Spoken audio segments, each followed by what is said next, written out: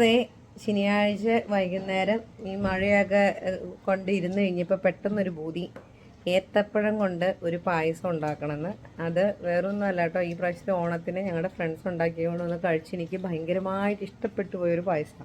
അപ്പം അന്ന് ഞാൻ ചോദിച്ചു അവരുടെ അടുത്ത് ഇത് എങ്ങനെയാണ് ഉണ്ടാക്കിയെന്ന്. കാരണം ഞാൻ ഭയങ്കര പായസപ്രേമിയൊന്നും അല്ല, പക്ഷേ എനിക്ക് ആ പായസം ഭയങ്കരമായിട്ട് ഇഷ്ടപ്പെട്ടു. അപ്പം അവർ പറഞ്ഞായിരുന്നു എൻ്റെ അടുത്ത് ലക്ഷ്മിയുടെ വീഡിയോ കണ്ടിട്ടാണ് ഇഷ്ടമെന്ന്. അതായത് ലക്ഷ്മി നായരുടെ വീഡിയോ ഇല്ലേ, ഞാൻ പുള്ളിക്കാരിയുടെ ഇടയ്ക്കൊക്കെ ചില ഇത് റെസിപ്പി കാണാറുള്ള ആളാണ്. ഞാൻ ചിലതൊക്കെ ട്രൈ ചെയ്യാറുണ്ട്. അപ്പം ഒരാൾക്കാരത് ഉണ്ടാക്കിയത് ഭയങ്കര അഭിപ്രായം വന്നുകൊണ്ട് ഞാൻ ഓർത്തു അതുണ്ടാക്കാമെന്ന് ഓർത്ത് ഞാൻ ഫ്രോസൺ ഏത്തപ്പഴമൊക്കെ വാങ്ങിച്ചുകൊണ്ട് വന്നിട്ടുണ്ടായിരുന്നു. അപ്പം പായസം ഉണ്ടാക്കിക്കൊണ്ടിരിക്കുകയാണ്. പായസം ഉണ്ടാക്കുന്ന തിരക്കിൽ ഞാൻ അങ്ങനെയൊന്നും ഓർത്തില്ല. ഇപ്പം ഞാൻ ഓർത്തു എന്നൊന്ന് വീഡിയോ എത്തി നോക്കിയാലോ എന്ന്. ഓക്കെ,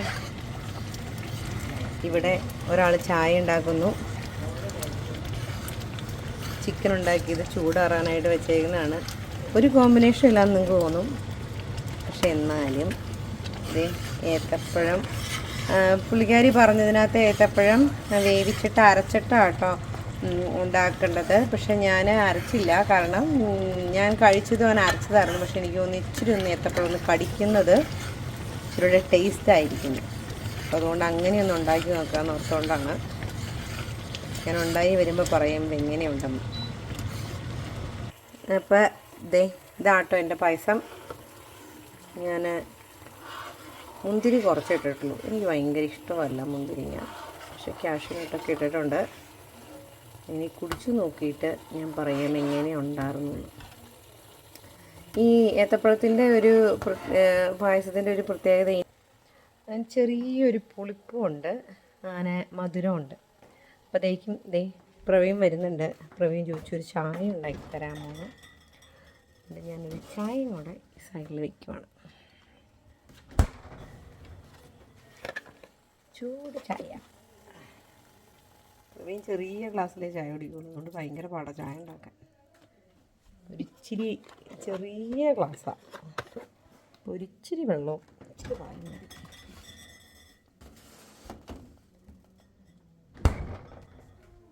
ഞാൻ പായസം ടേസ്റ്റ് ചെയ്യാനായിട്ട് എടുത്തിട്ടുണ്ട് കേട്ടോ. മമ്മിക്ക് തന്നെ കൊടുക്കാൻ നല്ല ചൂടുണ്ട്. എൻ്റെ ഏറ്റവും വലിയ ക്രിട്ടിക്കായ മമ്മിക്കാണ് പായസം ടേസ്റ്റ് ചെയ്യും. മമ്മി ടേസ്റ്റ് ചെയ്ത് കിട്ടോ?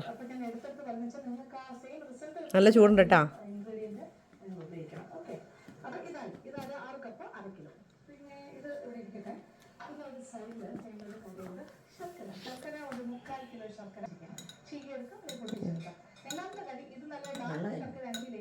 ഇന്ന് തണുക്കുമ്പോൾ ഒന്നുകൂടെ ഒന്ന് കട്ടയാവുമോ?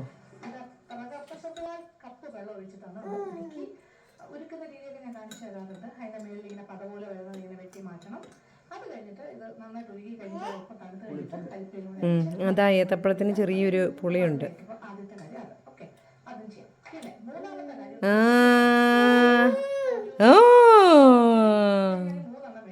എങ്ങനെയുണ്ട് മീ? ആണോ?